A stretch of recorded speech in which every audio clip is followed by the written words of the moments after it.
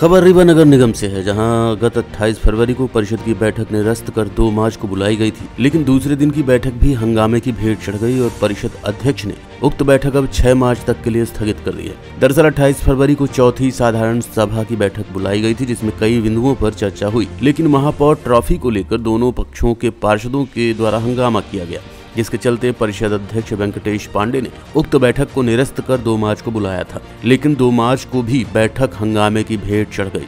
हंगामे की मुख्य वजह थी भाजपा के पार्षद सुरक्षा की मांग करने के साथ ही महापौर को माफी मांगने की बात कर रहे थे, जिसको लेकर अध्यक्ष ने साफ कर दिया कि यह अधिकार उनके पास नहीं है कि वो किसी भी सदस्य या महापौर को माफी मांगने के लिए कहें, जिसके चलते एक बार बैठक स्थगित की गई और जब पुनः चालू की गई तो पुनः हंगामा शुरू हो गया। भाजपा के पार्षदों ने आरोप लगाया कि परिषद में उन्हें खतरा है।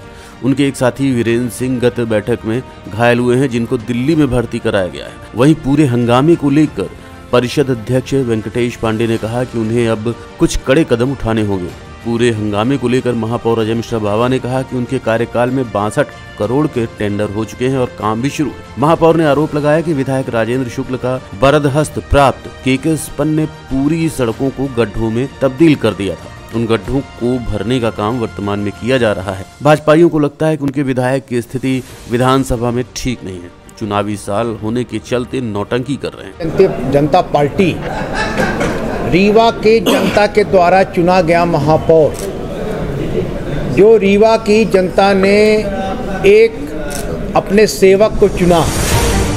23 साल रीवा के पूर्व मंत्री वर्तमान विधायक राजेंद्र शुक्ला के रिमोट से चलने वाला महापौर नगर निगम रीवा में था। 15 साल वो मंत्री थे, अभी वर्तमान विधायक है। रीवा की सारी गलियां, सारी सड़कें, सीवर का काम, स्वीपिंग मशीन घोटाला, नगर निगम में गाय गाड़ना, ये सब कुछ हुआ। पर वो रिमोट कंट्रोल महापौर जो थे, उन्होंने कभी उसकी चर्चा नहीं की। 1 अगस्त 2022 को रीवा की जनता ने अपना महापौर चुना, जो रीवा की जनता का सेवक है। विकास के एजेंडे पे चर्चा हो रही थी। जिन माननीय सदस्य वीरेंद्र पटेल ने, जो 10 नंबर के हैं, उनके वार्ड में एक मंगल पांडे पार्क, स्वर्गीय मंगल पांडे पार्क, वहाँ पर वॉलीबॉल का हमेशा खेल होता रहता है। वहाँ के लोगों की मांग थी कि एक वॉलीबॉल का अच्छा ग्राउंड वहाँ बना दिया जाए, बहुत बड़ा पार्क है, और वॉलीबॉल कबड्डी का टूर्नामेंट महापौर कप के नाम से हर साल हो। हमारे उसमें 10 लाख का बजट का प्रावधान है, पर चूंकि उसमें महापौर नाम जुड़ा है और अच्छा कार्य हो रहा है, वार्ड नंबर 10 के ग्राउंड में वॉलीबॉल का टूर्नामेंट होता, उस मोहल्ले के लोगों की मांग थी, तो उन्होंने उस पर आपत्ति उठाना शुरू किया। हमने कहा कि आप लोग चर्चा कर लें, इसके बाद उसका जवाब हम दे देंगे। जब मैं सदन का नेता हूँ, नगर निगम का महापौर हूँ, जनता ने चुन के भेजा है, तो अपनी बात तो रखनी पड़ेगी। जब हमने अपनी बात रखना शुरू की तो उन्होंने टीका टिप्पणी किया। टीका टिप्पणी किया तो स्वाभाविक बात है कि ये भारतीय जनता पार्टी की परंपरा है, इनसे घृणित कार्य कोई कर ही नहीं सकता। दिल्ली में 2 महीना महापौर का चुनाव नहीं होने दिए, एलजी उनका गुलाम है, और जब सुप्रीम कोर्ट ने आदेश किया कि महापौर का चुनाव होगा, तो आप देख लीजिए स्थानीय समिति की बैठक में जो हंगामा किया दिल्ली में भारतीय जनता पार्टी के पार्षदों ने, वही हंगामा जिस दिन महापौर की वोटिंग हो रही थी उस दिन किया। तो ये भारतीय जनता पार्टी का एक चरित्र हो चुका है। स्थगित कर दी गई है, क्या कारण बार बार सभा स्थगित करना पड़ रहा है? 28 फरवरी को परिषद का चौथा सम्मेलन साधारण सम्मेलन बुलाया गया था। उस पर 4-5 बिंदुओं पर चर्चा भी हुई, उनको पास भी किया गया। उसके बाद फिर पार्षदों में तू मैं होने लगी और MIC सदस्य महापौर जी लोग जा कर के भाजपा के जो पार्षद थे उनसे तू मैं होने लगी। इसमें आपस में इन लोगों में हाथापाई होने लगी।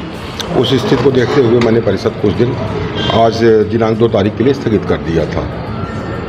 पर आज भी जैसे ही परिषद की कार्यवाही प्रारंभ की गई तो सब लोग वही जो बीजेपी के पार्षद थे वो सब आकर एक ही मांग कर रहे थे कि महापौर माफ़ी मांगे। तो हमसे बार बार कह रहे थे कि वो आप बोलिए महापौर जी माफ़ी मांगे। तो किसी भी सदस्य से माफ़ी मांगने का अधिकार मेरे पास नहीं है। तो मैंने 5 मिनट के लिए बैठक स्थगित कर दी थी। उसके बाद फिर 5 मिनट बाद जब बैठक मैंने चालू की तो दोनों पक्ष से केवल हंगामे की स्थिति बनी रही। इस कारण मैंने बैठक को 6 तारीख तक के लिए स्थगित कर दिया। उनका कहना था कि बीरेंद्र पटेल नशे में आए थे और उसकी जांच कराई नहीं हुआ। कहना है किसको क्या कहना है, पत्र चिल्लाने से कुछ नहीं होता है। क्या किसी ने पत्र दिया है? अगर पत्र देंगे तो उसका भी कराएंगे। जो पत्र देगा उस पर होगा। सदन किसी के झूठी अफवाहों पे नहीं चलेगा। वो लिखित में हमको पत्र दें, हम जांच करवाएंगे। विपक्ष के नेता हेलमेट पहन के आए थे, पुलिस सुरक्षा। हाँ, वो बोल रहे थे कि हमारे साथ मारपीट होती है, ऐसा ऐसा हुआ। एक हमारा साथी दिल्ली में एडमिट हो गया है, उसके साथ मारपीट हुई थी, ऐसा ऐसा उसके सीने में दर्द था। तो हम लोग अपनी रक्षा के लिए आए, तो हम उनको भी नहीं मना कर सकते हैं। अगली बैठक में यदि फिर यही स्थिति बनती है फिर क्या होगा? कुछ कड़े कदम उठाने पड़ेंगे। अब अगर दोबारा ये स्थिति होती है तो क्या बार बैठक स्थगित करेंगे? नहीं, कुछ कड़े निर्णय लेने पड़ेंगे। ठीक है।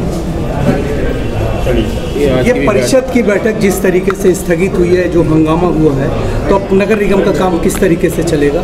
ये देखिए, नगर निगम के काम करने के लिए जनता ने हम लोगों को यहाँ चुन के भेजा है कि शहर का विकास करना है। हम लोग उसमें निरंतर महापौर जी का साथ दे रहे थे। उस दिन की घटना को आप लोगों ने भी अपनी आंखों से देखा है, आपके मोबाइल कैमरों में, और सभी मीडिया के बंधुओं ने उसको कैद भी किया है। आप भी देखा है कि किसकी गलती है।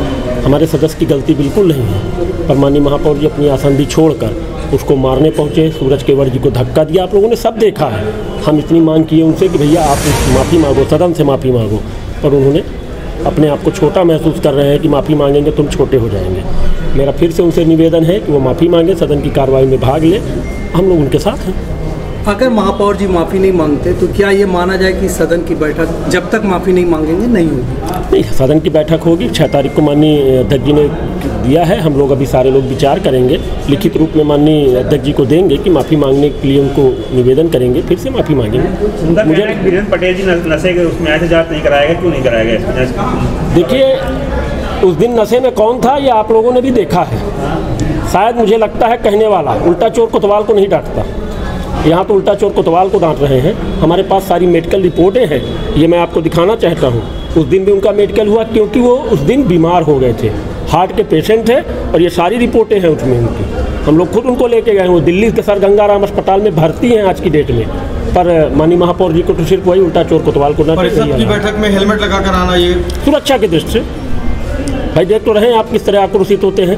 हमारे 2-3 MIC सदस्य हैं। पुलिस प्रशासन नहीं ध्यान दे रहा है। पुलिस से हम लोगों ने अभी नहीं कहा, अभी तो अपनी सुरक्षा की दृष्टि से जब वो और आक्रोशित होंगे, हमें मारने पीटने और हमारी आवाज़ दबाने की कोशिश करेंगे, तो हम जाएंगे प्रशासन के पास अपनी आवाज़ लेके। फिर आपके अध्यक्ष जी ने कहा कि हमारे अधिकार क्षेत्र में नहीं है। देखिए, सदन में व्यवस्था बनाना उन्होंने भी देखा है। हम तो उनसे मांग करेंगे, सदन के वो मुखिया हैं, हम उनसे मांग करेंगे वो व्यवस्था बनाएं और उनको कहें, उनसे चर्चा करें। बोल रहे हैं कि पूरे परिषद MIC से काम चल रहा, परिषद की जरूरत नहीं है। तो हमें तो लगता है ज़रूरत नहीं है, तो वो तो फिर यहाँ आने नहीं चाहिए उनको।